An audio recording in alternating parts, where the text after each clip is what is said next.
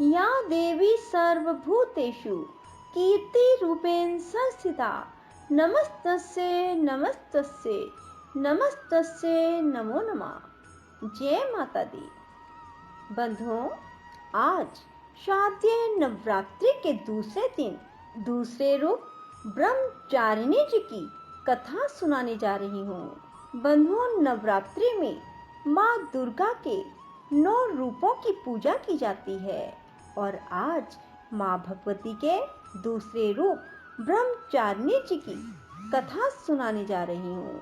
बंधुओं, जो मनुष्य भी नवरात्रि के दूसरे दिन माँ ब्रह्मचारिणी जी की पूजा आराधना करते हैं, माता ब्रह्मचारिणी की कथा सुनते हैं, माँ उनके सभी संकट दूर करती हैं और उनकी सभी मनोकामनाएं पूरी करती हैं। बंधुओं, यदि आपने YouTube चैनल संस्कार की बातें अब तक सब्सक्राइब नहीं किया तो जरूर करें और बेल आइकन दबाना ना भूलें। जयकारा श्री राम वालीदा, बोल साचे दरबार की जय। सुचियां जोता वाली माता तेरी सदा ही जय। माँ दुर्गा की नव शक्ति का दूसरा स्वरूप ब्रह्मचारिणी है। यहाँ ब्रह्म का अर्थ तपस्या से है। माँ दुर्गा का यह स्वरूप भक्तों और सिद्धों को अनंत फल देने वाला है।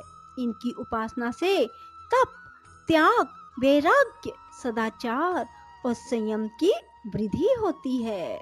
ब्रह्मचारिणी का अर्थ तप की चारिणी यानी तप का आचरण करने वाली देवी का यह रूप पूर्ण ज्योतिर्मय और अत्यंत भव्य है। इस देवी के दाएं हाथ में जप की माला है और बाएं हाथ में कमंडल धारण किए है। पूर्व जन्म में इस देवी ने हिमालय के घर पुत्री रूप में जन्म लिया और नारद जी के उपदेश से भगवान शंकर को पति रूप में प्राप्त करने के लिए घोर तपस्या की। इस कठिन तपस्या के कारण इन्हें तपश्चारिणी अर्थात ब्रह्मचारिणी नाम से अभिहित किया गया। 1000 वर्ष तक इन्होंने केवल फल फूल खाकर बिताए और 100 वर्षों तक केवल जमीन पर रहकर शाक पर निर्वाह किया। कुछ दिनों तक कठिन उपवास रखे और खुले आकाश के नीचे वर्षा और धूप के घोर कष्ट सहे। 3000 वर्षों तक टूटे हुए बिल्व पत्र खाए और भगवान शंकर की आराधना करती रही। इसके बाद तो इन्होंने सूखे बिल्व पत्र खाना ही छोड़ दिए। कई हजार वर्षों तक निर्जल और निराहार रहकर तपस्या करती रही। पत्तों को खाना छोड़ देने के कारण ही इनका नाम अपर्णा पड़ गया। कठिन तपस्या के कारण देवी का शरीर एकदम क्षीण हो गया। देवता, ऋषि, सिद्धगण, मुनि सभी ने ब्रह्मचारिणी की तपस्या को अभूतपूर्व पुण्य कृत्य बताया, सराहना की और कहा, देवी, आज तक किसी ने इस तरह की कठोर तपस्या नहीं की। यह तुम्ही से ही संभव थी। तुम्हारी मनोकामना पूरी होगी और भगवान चंद्रमौली शिव जी तुम्हें पति रूप में प्राप्त होंगे। अब तपस्या छोड़कर घर लौट जाओ। जल्द ही तुम्हारे पिता तुम्हें बुलाने आ रहे हैं। माँ ब्रह्मचारिणी देवी की कृपा से मनुष्य को सर्व सिद्धि की प्राप्ति होती है। ऋषि बोले, प्राचीन काल में देवी देवता तथा दैत्यों में पूरे 100 वर्ष युद्ध होता रहा। उस समय दैत्यों का स्वामी महिषासुर था एवं देवताओं का इंद्र। उस संग्राम में देवताओं की सेना महाबली दैत्यों से हार गई। तब सभी देवताओं को जीतकर महिषासुर इंद्र बन बैठा। तब हार कर सभी देवता ब्रह्मा जी को अग्रणी बनाकर वहां गए जहां विष्णु और शंकर जी विराज रहे थे। वहां पर देवताओं ने महिषासुर के सभी उपद्रव एवं अपने पराभव आदि का पूरा वृतांत कह सुनाया। उन्होंने कहा कि महिषासुर ने तो सूर्य, अग्नि, पवन, चंद्रमा, यम, वरुण इत्यादि अन्य सभी देवताओं के अधिकार छीन लिए हैं।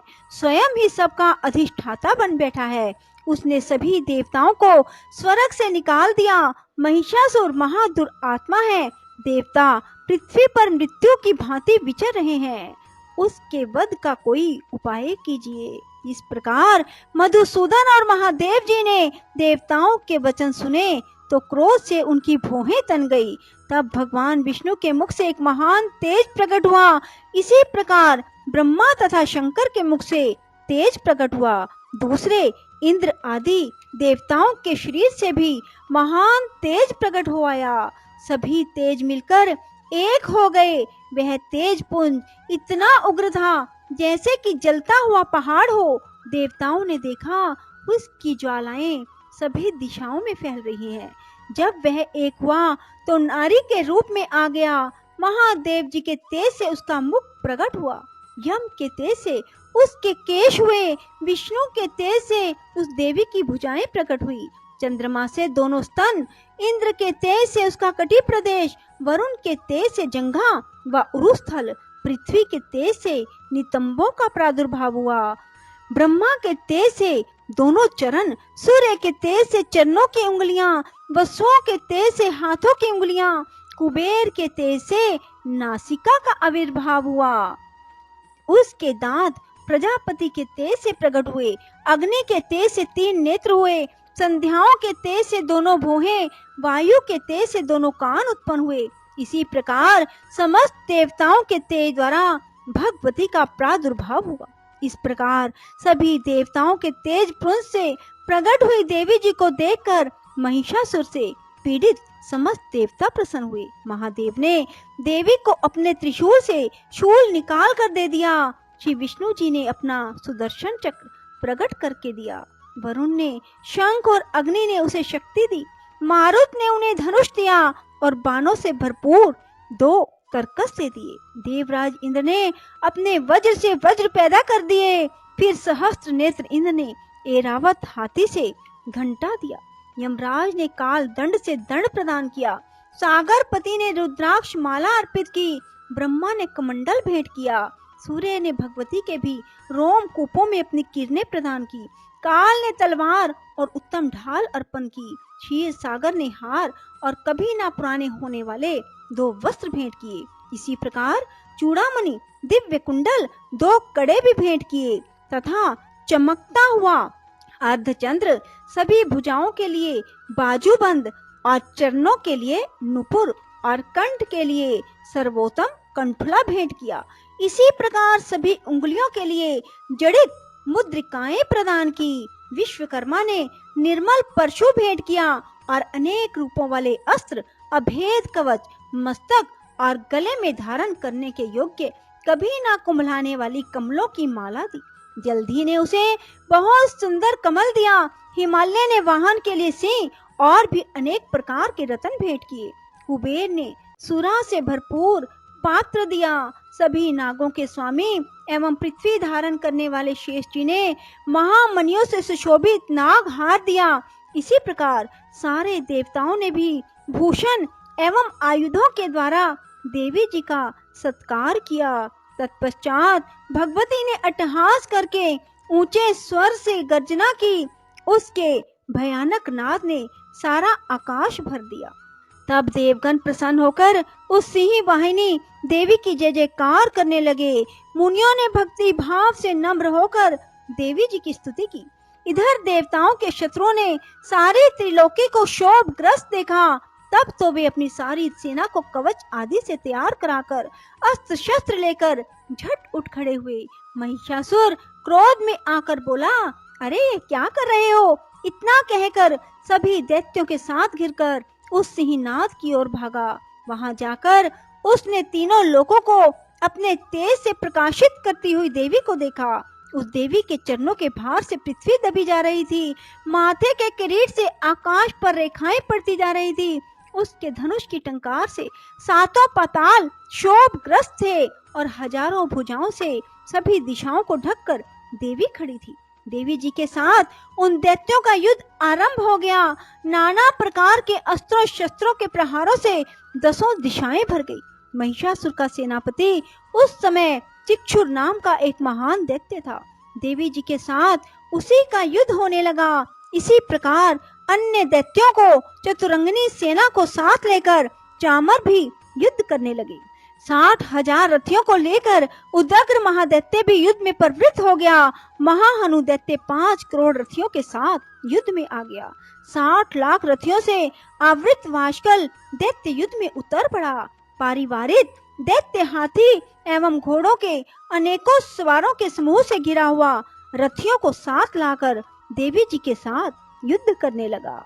उस रंग आंगन में स्वयं महिषासुर भी रथों, हाथियों, अश्वों की सेनाओं से घिरा पड़ा था। तोमर, भिंदीपाल, शक्ति, मूसल, परशु, पटिश, खंग आदि अस्त्रों से युद्ध में देवी जी के साथ युद्ध करने लगे।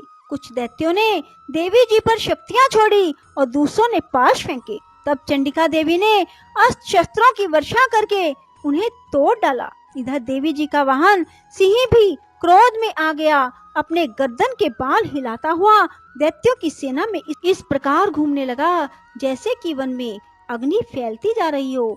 उस युद्ध भूमि में युद्ध करती हुई अंबिका ने जितने श्वास छोड़े वे ही झटपट सैकड़ों हजारों गणों के रूप में परिणित हो गए।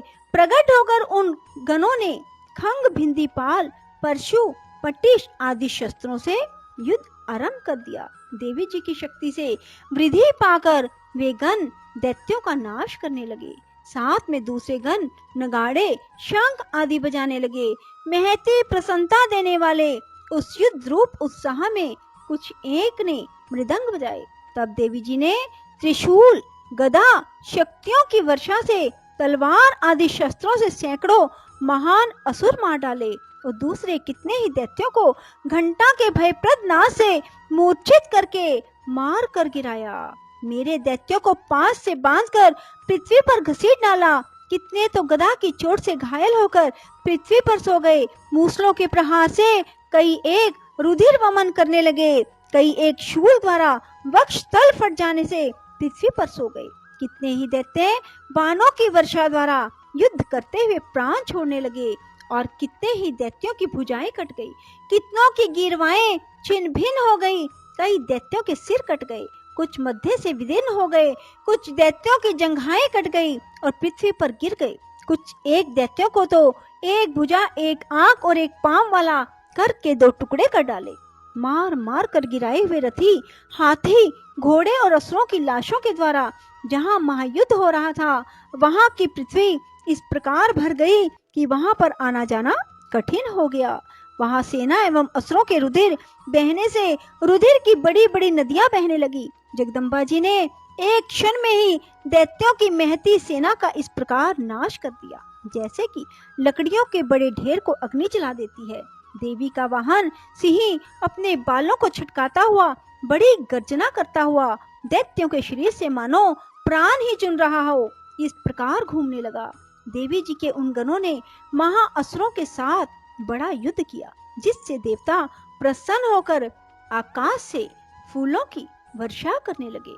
बोलो माँ जगदम्बा की जय, बोलो दुर्गे मात की जय, बोलो पहाड़ा वाली की जय, सभी के दुखड़ों को दूर करने वाली माता की जय, सबकी चिंताएं दूर करने वाली माँ तेरी सदा ही जय। जय कारा शेरम वलीदा, बोल सांचे दरबार की जय। राधे राधे, जय श्री कृष्णा।